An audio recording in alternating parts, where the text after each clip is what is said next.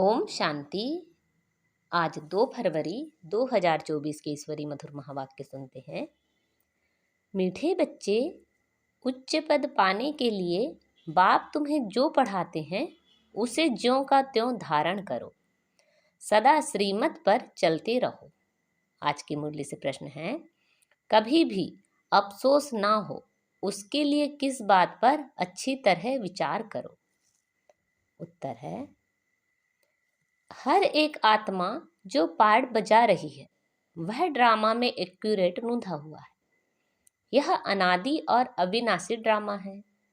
इस बात पर विचार करो तो कभी भी अफसोस नहीं हो सकता। अफसोस उन्हें होता जो ड्रामा के आदि मध्य अंत को रियलाइज नहीं करते हैं। तुम बच्चों को इस ड्रामा को ज्यों का त्यों साक्षी होकर देखना है। इसमें रोने रूसने की कोई बात नहीं। ओम शांति। रूहानी बाप बैठ रूहानी बच्चों को समझाते हैं कि आत्मा कितनी छोटी है, बहुत छोटी है, और छोटी सी आत्मा से शरीर कितना बड़ा देखने में आता है। छोटी आत्मा अलग हो जाती है तो फिर कुछ भी नहीं देख सकती। आत्मा के ऊपर विचार किया जाता है, इतनी छोटी बिंदी क्या क्या काम करती है।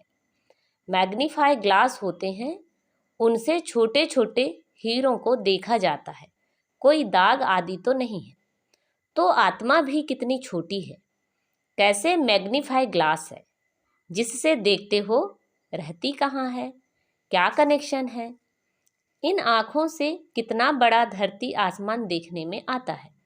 बिंदी निकल जाने से कुछ नहीं रहता। जैसे बिंदी बाप वैसे बिंदी आत्मा। इतनी छोटी आत्मा प्योर इम्प्योर बनती है। यह बहुत विचार करने की बातें हैं। दूसरा कोई नहीं जानते आत्मा क्या है, परमात्मा क्या है। इतनी छोटी आत्मा शरीर में रह क्या क्या बनाती है, क्या क्या देखती है। उस आत्मा में सारा पार्ट भरा हुआ है 84 का। कैसे वह काम करती है, वंडर है। इतनी छोटी सी बिंदी में 84 जन्मों का पार्ट नूंधा हुआ है। एक शरीर छोड़ दूसरा लेती है। शरीर से आत्मा निकल गई तो शरीर मर गया। कितना बड़ा शरीर है और कितनी छोटी आत्मा है। यह भी बाबा ने बहुत बार समझाया है कि मनुष्यों को कैसे पता पड़े कि यह सृष्टि का चक्र हर 5000 वर्ष बाद फिरता है। फलाना मरा, यह कोई नई बात नहीं। उनकी आत्मा ने यह शरीर छोड़ दूसरा लिया। 5000 वर्ष पहले भी इस नाम रूप को इसी समय छोड़ा था। आत्मा जानती है हम एक शरीर छोड़ दूसरे में प्रवेश करती हूँ। अभी तुम शिव जयंती मनाते हो, दिखाते हो 5000 वर्ष पहले भी शिव जयंती मनाई थी। हर 5000 वर्ष बाद शिव जयंती जो हीरे तुल्य है मनाते ही आते हैं। यह सही बातें हैं। विचार सागर मंथन करना होता है जो औरों को समझा सके। यह त्योहार होते हैं, तुम कहेंगे नई बात नहीं, हिस्ट्री रिपीट होती है। जो फिर 5000 वर्ष बाद जो भी पार्टधारी हैं वह अपना शरीर लेते हैं।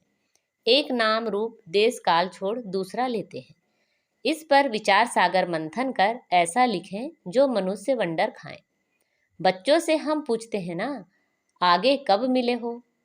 इतनी छोटी आत्मा से ही पूछना होता है ना, तुम इस नाम रूप से आगे कब मिले थे। आत्मा ने सुना तो बहुत कहते हैं, हाँ बाबा आपसे कल्प पहले मिले थे। सारा ड्रामा का पार्ट बुद्धि में है। वह होते हैं हद के ड्रामा के एक्टर्स। यह है बेहद का ड्रामा। यह ड्रामा बड़ा एक्यूरेट है, इसमें जरा भी फर्क नहीं पड़ सकता। वह बाइस्कोप होते हैं हद के, मशीन पर चलते हैं। 2-4 रोल भी हो सकते हैं जो फिरते हैं। यह तो अनादि अविनाशी एक ही बेहद का ड्रामा है।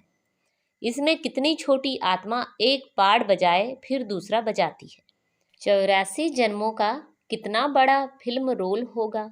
यह कुदरत है, कोई की बुद्धि में बैठेगा।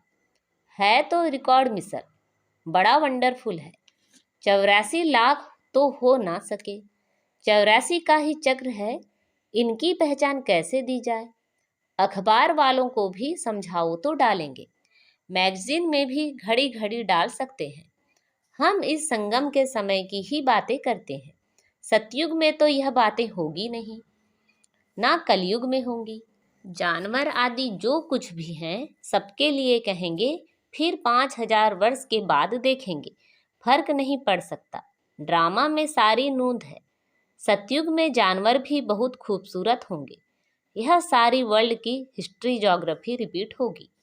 जैसे ड्रामा की शूटिंग होती है, मक्खी उड़ी वह भी निकल गई, तो फिर रिपीट होगी। अब हम इन छोटी छोटी बातों का ख्याल तो नहीं करेंगे। पहले तो बाप खुद कहते हैं, हम कल्प कल्प संगम युगे इस भाग्यशाली रथ पर आता हूँ। आत्मा ने कहा, कैसे इसमें आते हैं, इतनी छोटी बिंदी है। उनको फिर ज्ञान का सागर कहते हैं। यह बातें तुम बच्चों में भी जो समझू हैं वह समझ सकते हैं।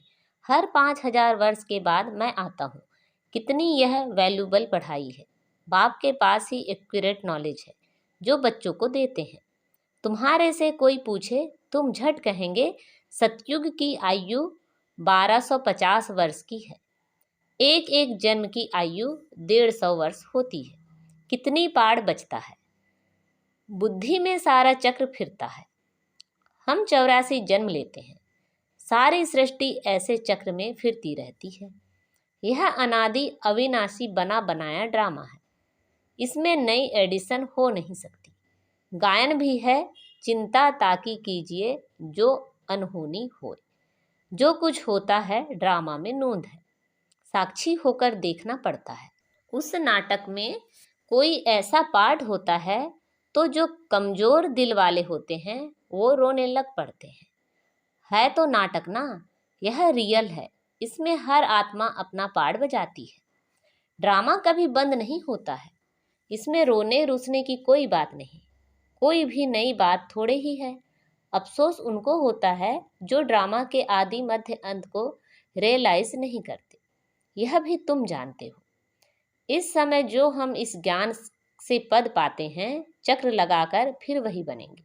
यह बड़ी आश्चर्यवत विचार सागर मंथन करने की बातें हैं। कोई भी मनुष्य इन बातों को नहीं जानते। ऋषि मुनि भी कहते थे, हम रचता और रचना को नहीं जानते हैं। उनको क्या पता कि रचना इतनी छोटी बिंदी है। वह नई सृष्टि का रचता है। तुम बच्चों को पढ़ाते हैं, ज्ञान का सागर है। यह बातें तुम बच्चे ही समझाते हो। तुम थोड़े ही कहेंगे हम नहीं जानते हैं। तुमको बाप इस समय सब समझाते हैं। तुमको कोई भी बात में अफसोस करने की जरूरत नहीं। सदैव हर्षित रहना है। उस ड्रामा की फिल्म चलते चलते घिस जाएगी, पुरानी हो जाएगी, फिर बदली करेंगे। पुरानी को खलास कर देते हैं। यह तो बेहद का अविनाशी ड्रामा है। ऐसी ऐसी बातों पर विचार कर पक्का कर लेना चाहिए। यह ड्रामा है। हम बाप की श्रीमत पर चल पतित से पावन बन रहे हैं और कोई बात हो नहीं सकती जिससे हम पतित से पावन बन जाएं अथवा तमो प्रधान से सतो प्रधान बने। पाड़ बजाते बजाते हम सतो प्रधान से तमो प्रधान बने हैं, फिर सतो प्रधान बनना है। ना आत्मा विनाश को पा सकती, ना पाठ विनाश को पा सकता। ऐसी ऐसी बातों पर कोई का विचार नहीं चलता। मनुष्य तो सुनकर वंडर खाएंगे। वह तो सिर्फ भक्ति मार्ग के शास्त्र ही पढ़ते हैं। रामायण, भागवत, गीता आदि वही है। इसमें तो विचार सागर मंथन करना होता है। बेहद का बाप जो समझाते हैं उसको ज्यों का त्यों हम धारण कर लें तो अच्छा ही पद पा लें। सब एक जैसी धारणा नहीं कर सकते हैं। कोई तो बहुत महीनता से समझाते हैं। आजकल जेल में भी भाषण करने जाते हैं। वेश्याओं के पास भी जाते हैं। गूंगे बहरों के पास भी बच्चे जाते होंगे, क्योंकि उन्हों का भी हक है। इशारे से समझ सकते हैं। आत्मा समझने वाली तो अंदर है ना। चित्र सामने रख दो, पढ़ तो सकेंगे ना। बुद्धि में आत्मा में है ना। भल अंधे लूले लंगड़े हैं, परंतु कोई ना कोई प्रकार से समझ सकते हैं। अंधों के कान तो हैं। तुम्हारा सीढ़ी का चित्र तो बहुत अच्छा है। यह नॉलेज कोई को भी समझाकर स्वर्ग में जाने लायक बना सकते हो। आत्मा बाप से वर्षा ले सकती है, स्वर्ग में जा सकती है, करके ऑर्गन्स डिफेक्टेड हैं। वहाँ तो लूले लंगड़े होते नहीं, वहाँ आत्मा और शरीर दोनों कंचन मिल जाते हैं। प्रकृति भी कंचन है, नई चीज जरूर सतो प्रधान होती है। यह भी ड्रामा बना हुआ है। एक सेकंड ना मिले दूसरे से, कुछ ना कुछ फर्क पड़ता है। ऐसे ड्रामा को ज्यों का त्यों साक्षी होकर देखना है। यह नॉलेज तुमको अब मिलती है, फिर कभी नहीं मिलनी। आगे यह नॉलेज थोड़े ही थी। यह अनादि अविनाशी बना बनाया ड्रामा कहा जाता है। इसको अच्छी रीति समझ और धारण कर किसी को समझाना है। तुम ब्राह्मण ही इस ज्ञान को जानते हो। यह तो चोबचीनी ताकत की दवा तुमको मिलती है। अच्छे ते अच्छी चीज की महिमा की जाती है। नई दुनिया कैसे स्थापन होती है, फिर से यह राज्य कैसे होगा, तुम्हारे में भी नंबरवार जानते हैं। जो जानते हैं वह दूसरों को समझा भी सकते हैं। बहुत खुशी रहती है। किन्हीं को तो पाई की भी खुशी नहीं है। सबका अपना अपना पाठ है। जिनको बुद्धि में बैठता होगा, विचार सागर मंथन करते होंगे तो दूसरों को भी समझाएंगे। तुम्हारी यह है पढ़ाई जिससे तुम यह बनते हो। तुम कोई को भी समझाओ कि तुम आत्मा हो। आत्मा ही परमात्मा को याद करती है। आत्माएं सब ब्रदर्स हैं। कहावत है, गॉड इज वन। बाकी सब मनुष्यों में आत्मा है। सब आत्माओं का पारलौकिक बाप एक है। जो पक्के निश्चय बुद्धि होंगे उनको कोई फिरा नहीं सकते। कच्चे को जल्दी फिरा देंगे। सर्वव्यापी के ज्ञान पर कितनी डिबेट करते हैं। वह भी अपने ज्ञान पर पक्के हैं। हो सकता है हमारे इस ज्ञान का ना हो। उनको देवता धर्म का कैसे कह सकते। आदि सनातन देवी देवता धर्म तो प्राय लोप है।